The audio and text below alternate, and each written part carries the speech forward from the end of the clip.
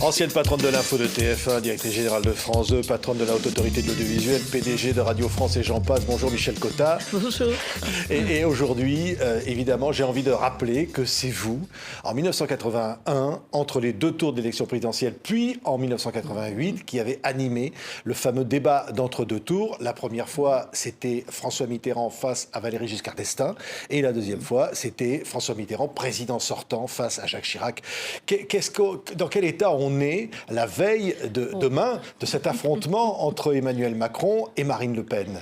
On est assez inquiet, assez angoissé, parce que c'est quand même un débat dans lequel il y a eu d'ailleurs de moins en moins de téléspectateurs. Mais enfin, ce sont des débats avec 11 millions, 15 millions, 20 millions de téléspectateurs, où on peut commettre des gaffes terribles, les journalistes, je veux dire, et où en plus on a une tâche précise qui est de donner la parole aux autres, aux deux autres. C'est à eux de faire leur campagne, à eux de s'opposer. Donc le journaliste doit toujours être à la fois en retrait, et le journaliste n'aime pas être en retrait, à la fois en retrait et à la fois capable de dire « Monsieur, vous parlez depuis trop longtemps, arrêtez-vous ».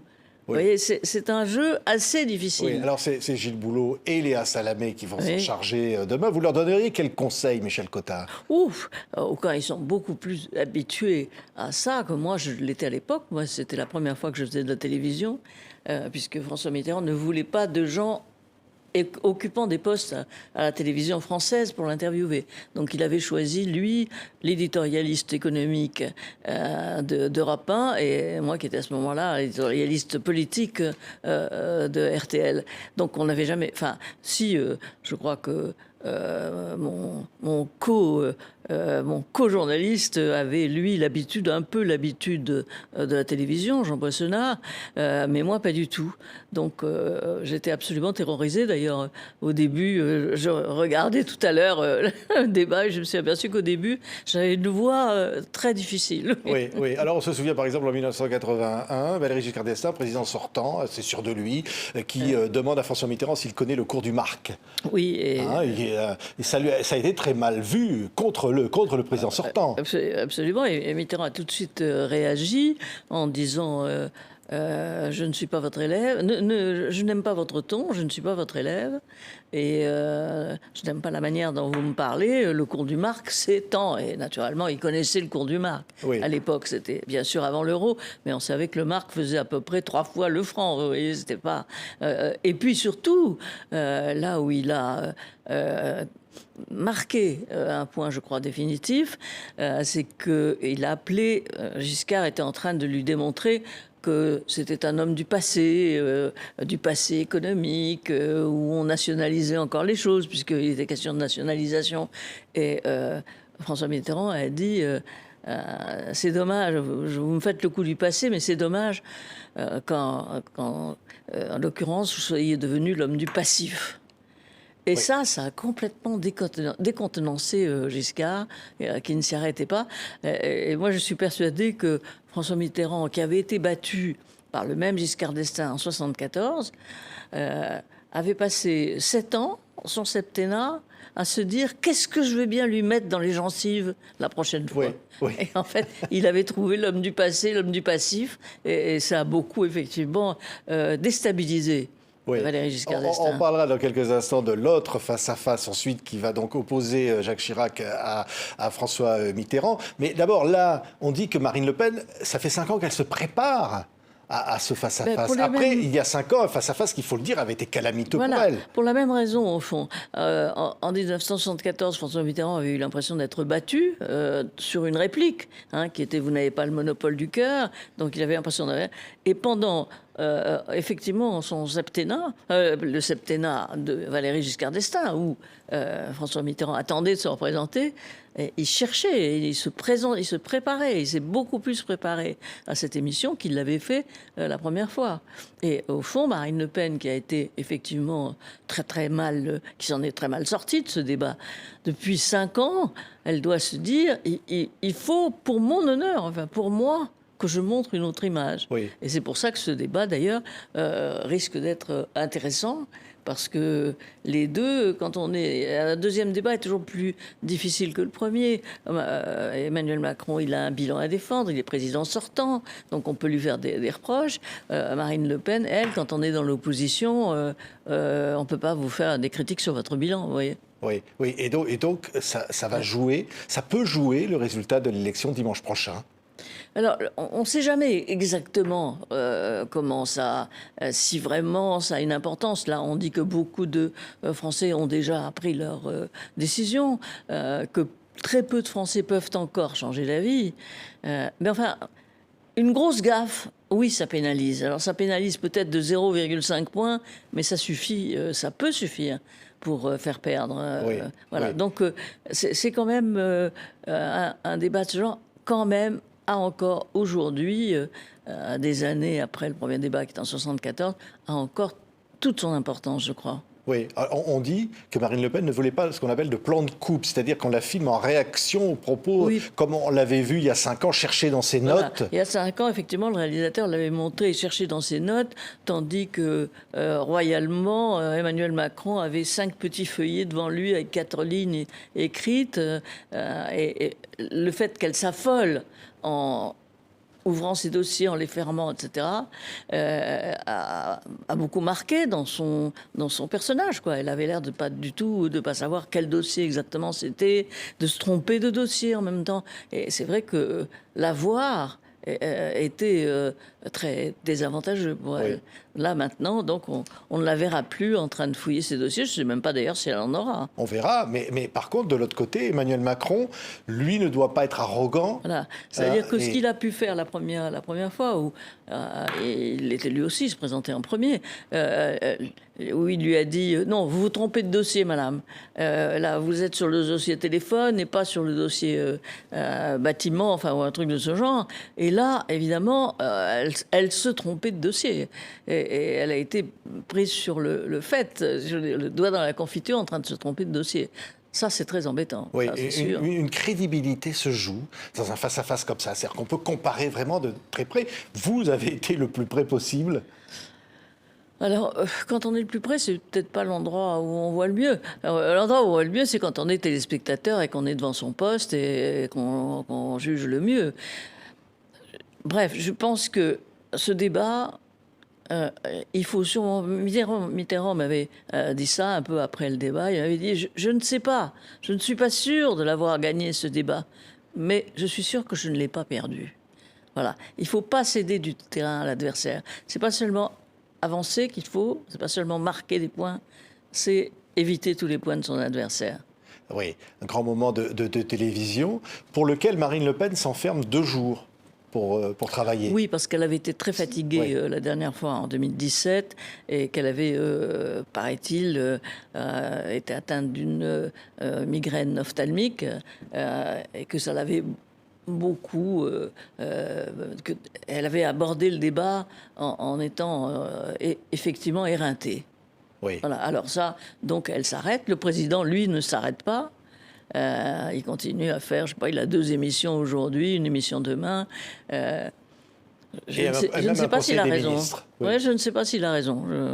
À sa place, je me serais arrêté aussi. Moi, mais enfin bon, voilà. Oui, oui. Chacun fait comme il veut. Alors, il va s'évertuer de démontrer qu'elle est d'extrême droite, qu'elle n'a pas changé. Ça va être ça la technique voilà.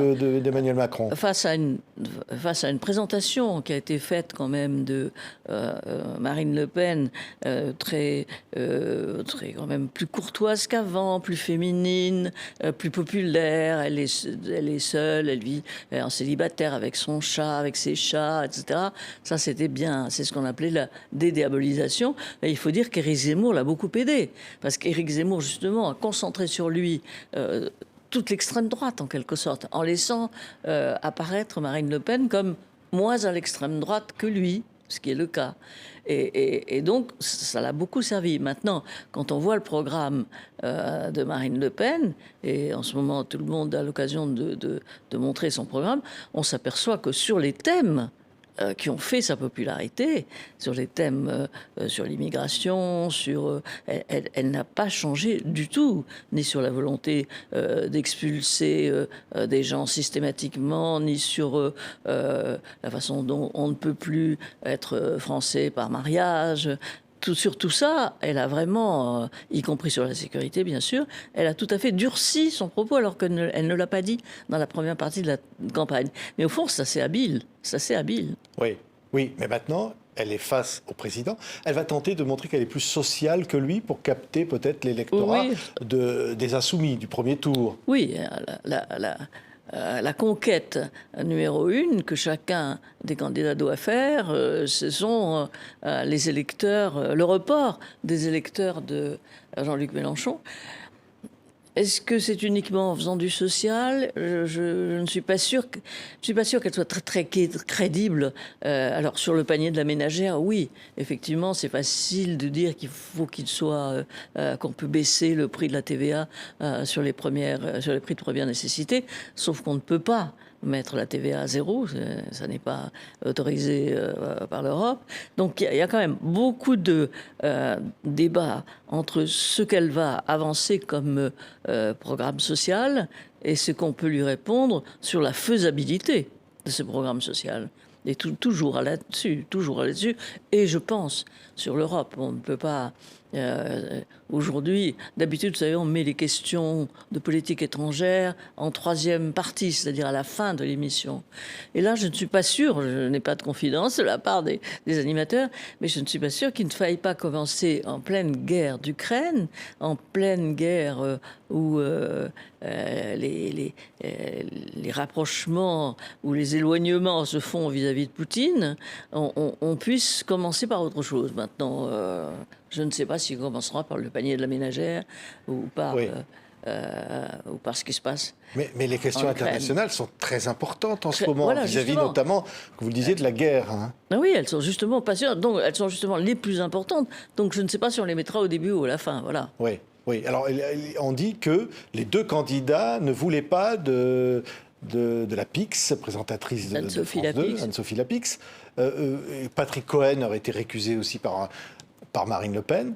C'est normal? Vous pensez que les candidats puissent choisir les journalistes? Écoutez, ça s'est toujours passé comme ça, avec des conditions. Je sais que, par exemple, François Mitterrand avait envoyé à Valéry Giscard d'Estaing une liste d'une dizaine de spécialistes et de journalistes qu'il aurait accepté. Il y en avait une dizaine. Et sur la dizaine...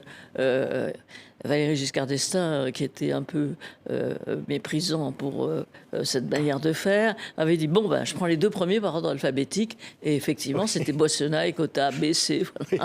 Et il a refusé Jean-François Kahn, etc., qui était plus loin dans l'alphabet. Ouais. Donc chacun fait. En gros, pour ce débat, je trouve qu'il est un peu naturel, puisque c'est surtout les candidats présidents ou le président sortant qui doit s'exprimer, qu'on puisse à la rigueur choisir quelqu'un qui n'est pas son ennemi, ou qu'on ne croit pas être son ennemi, parce que ce n'est pas le cas d'Anne-Sophie Lapix. Mais voilà, c'est peut-être ce qui restera de dernier... non-libéralisme de ce choix. Je crois que dans les années prochaines... les candidats n'auront plus à choisir. Oui, oui. Alors, on disait que les Français ne voulaient pas de cette affiche de second tour. Oui, mais c'est drôle, parce que c'est celle-là qu'ils ont choisie. Oui, oui, c'est drôle d'entendre. On n'est pas à Marine Le Pen face à Macron. Ça fait 5 ans qu'on l'entend, c'est vrai. Oui. Ça fait 5 ans qu'on entend ah non, on va pas revoir la même affiche, mais on leur a pas imposé, c'est les Français qui l'ont choisi, après tout. Donc, c'est la règle du jeu. Alors, je vois bien que les candidats de la France insoumise et Jean-Luc Mélenchon, qui auraient pu aussi arriver à ce numéro 2, se sentent un peu frustrés. Ouais, c'est comme ça. Oui, et une forme de légitimation du président de la République qui se fait à travers ce processus, même si on entend aujourd'hui certains électeurs du premier tour qui, d'emblée, n'ont pas l'air de vouloir reconnaître le futur résultat, ou disent on ne se reconnaît pas dans cette affiche. Oui, d'abord, je pense que ça s'est toujours passé, mais peut-être pas autant dit. Par exemple, entre Giscard et Mitterrand, il y avait des gens qui ne voulaient pas d'un président socialiste et des gens qui ne voulaient plus de Valéry Giscard d'Estaing. Quand François Hollande s'est présenté, on sait qu'il y avait un tout sauf Sarkozy. Donc c'est comme ça que les présidents sortants ont tellement de peine à se faire réélire, c'est qu'ils se font réélire sur des actes précis, sur des réussites précises ou sur des échecs précis de leur politique. Tandis qu'évidemment, annoncer un programme, c'est plus facile que de le faire, ça c'est sûr. Oui, mais Ouais. alors, la position de favori n'est pas la meilleure dans ce cas-là. Non, la position de favori n'est pas la On va dire meilleure. que c'est En tout Emmanuel cas, Macron qui semble favori dans les sondages aujourd'hui. oui, mais d'abord, les sondages ne sont que des sondages, hein. On a vu au premier tour que les votes ne se sont pas passés comme l'avaient annoncé les sondeurs, et qu'au contraire, il y a eu une sorte de vote utile qui a fait écraser tout le monde et dégager 3 personnes. Là, franchement, on ne peut pas savoir. C'est à la faute, à l'instant près, au sentiment que des gens se déterminent, les dernières personnes qui ont à se déterminer. C'est-à-dire, les autres ont fait leur choix. Donc ça ne change pas beaucoup de choses, mais encore une fois, à 0,5% de voix près, ça peut bouleverser les choses. Merci Michel Cotta. C'est toujours aussi passionnant la politique à vous entendre. Ça devrait passionner les Français. Parce Oui, que mais se dire que c'est un enjeu essentiel. c'est-à-dire que les Français ne se reconnaissent plus tous dans la démocratie, savent plus ce que ça veut dire apparemment, et pourtant on s'aperçoit aujourd'hui qu'ailleurs, quand la démocratie manque, beaucoup de de graves erreurs peuvent être commises. Alors on devrait être content d'être en démocratie, content de pouvoir voter, mais voilà, on ne peut pas obliger les gens. Mais je trouve que c'est quelque chose, c'est un mal qui frappe surtout les Français, parce que en Italie, par exemple, ou en Espagne, donc je cite le cas de pays européens, de pays du Sud européens qui se ressemblent, on n'a pas du tout ce sentiment que la démocratie n'est pas un bien inaliénable. Au contraire, les Italiens votent, se battent, aiment la politique, les Espagnols aussi. Donc c'est quelque chose qui frappe les Français. C'est un mal français, un nouveau mal français. Merci beaucoup. Michel Cotta, vous revenez lundi sur ce plateau. On aura le résultat, le président ou la présidente qui aura été élu. Voilà, les choses vont Merci. vite. Merci Michel Merci à Cotta. vous, merci à vous.